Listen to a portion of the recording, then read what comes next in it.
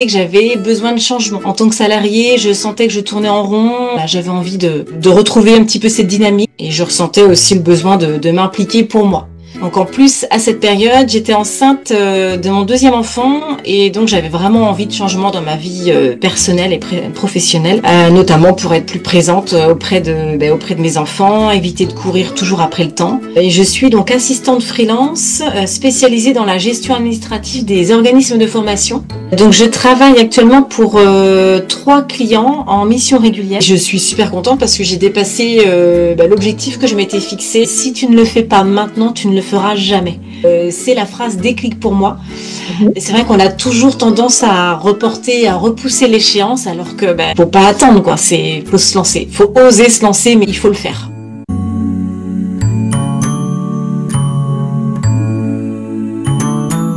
Bonjour à toutes, c'est Leslie, formatrice certifiée au métier de l'assistanat virtuel.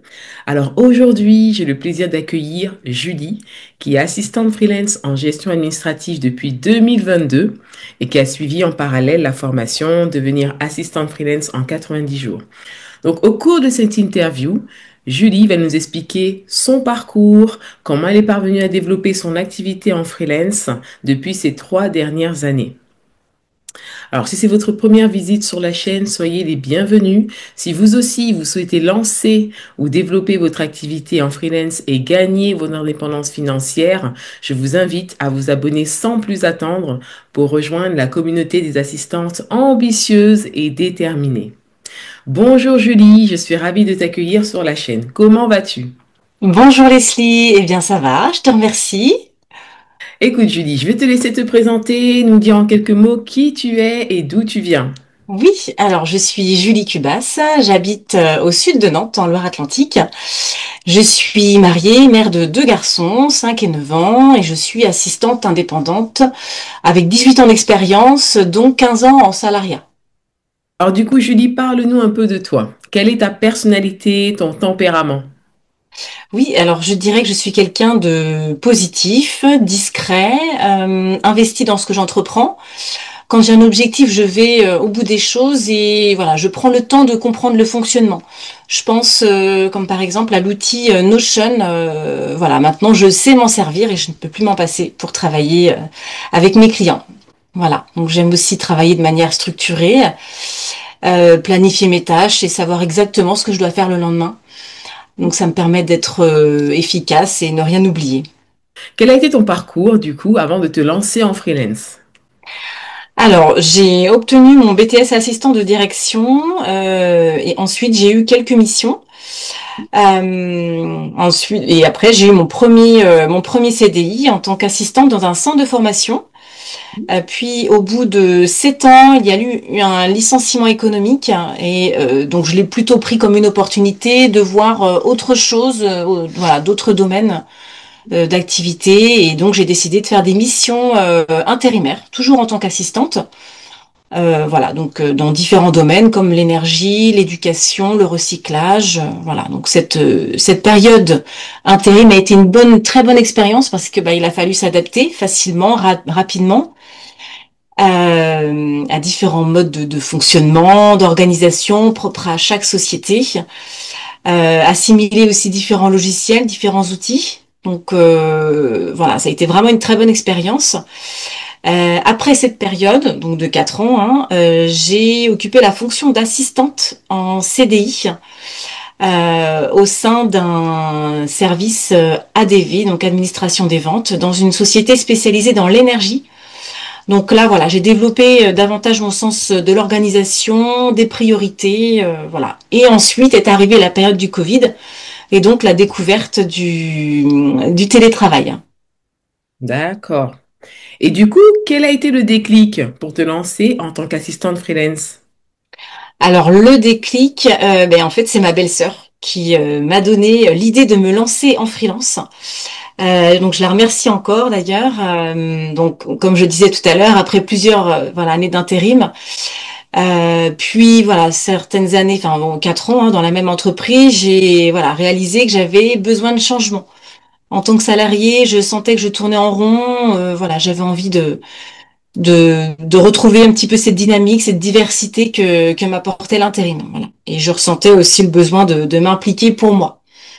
Donc en plus, à cette période, j'étais enceinte de mon deuxième enfant et donc j'avais vraiment envie de changement dans ma vie personnelle et professionnelle, notamment pour être plus présente auprès de mes enfants, éviter de courir toujours après le temps.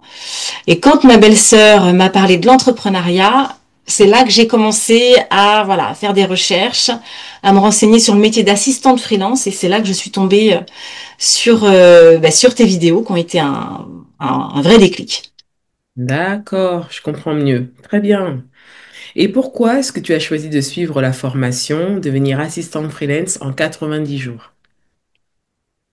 Parce que finalement, j'avais des informations par-ci, par-là, mais je sentais que voilà, je m'éparpillais. J'étais un peu perdue dans la façon de mettre des choses en place finalement. Et donc, quand j'ai découvert ton programme, tous les points que tu abordes, voilà, c'était ceux qui m'intéressaient pour pouvoir me lancer.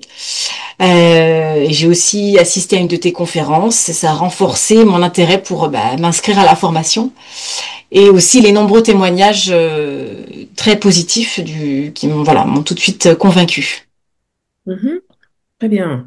Et qu'as-tu particulièrement apprécié dans le cadre de cet accompagnement?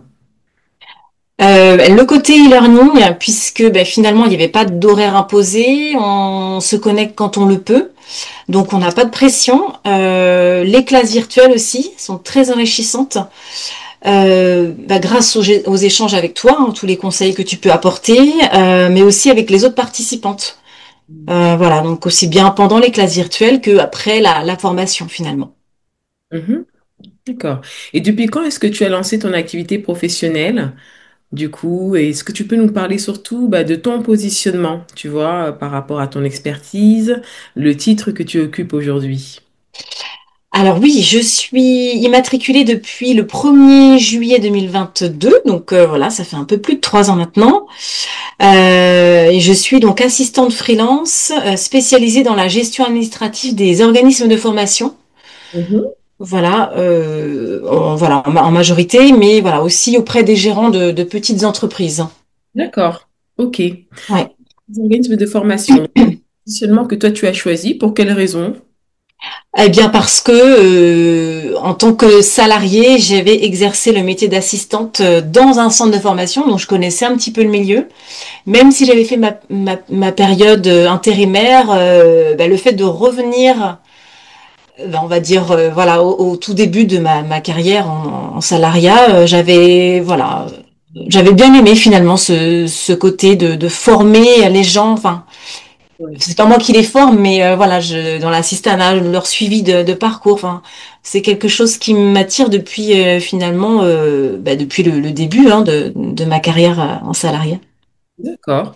Et pour qu'on puisse bien se rendre compte, du coup, est-ce que tu peux nous parler des quelques missions que tu as en cours actuellement par rapport à ta clientèle? Oui, donc je travaille actuellement pour 3 clients en mission régulière, dont Perle Academy fait partie. J'ai cette chance et cet honneur.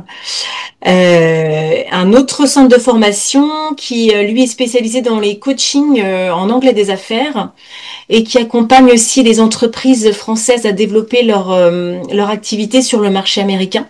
D'accord. Et enfin, un troisième client, voilà, un artisan plombier qui plus est mon conjoint. Très bien. Voilà, ouais.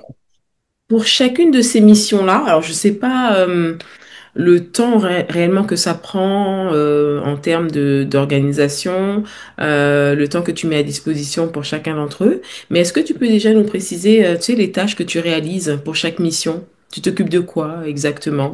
Oui, alors pour Perle Academy, je gère donc la partie administrative, c'est-à-dire le suivi des stagiaires avant, pendant, après. Donc Mhm. ça va de la réception de l'inscription, l'édition des documents obligatoires comme la convention de formation, le contrat de formation. Euh, voilà, et puis le suivi des QCM, en l'occurrence pour Perle Academy, les questionnaires de satisfaction, voilà, etc. Et puis l'aide au BPF, donc le bilan pédagogique et financier, Voilà, les échanges avec les stagiaires. Et puis ensuite, j'ai la partie financière, hein, donc le suivi des paiements, la relance si besoin, hein, l'édition des factures, la Mhm. pré-comptabilité et voilà, autre démarche administrative. Très bien, Ouais, d'accord. ça c'est pour Perle Academy.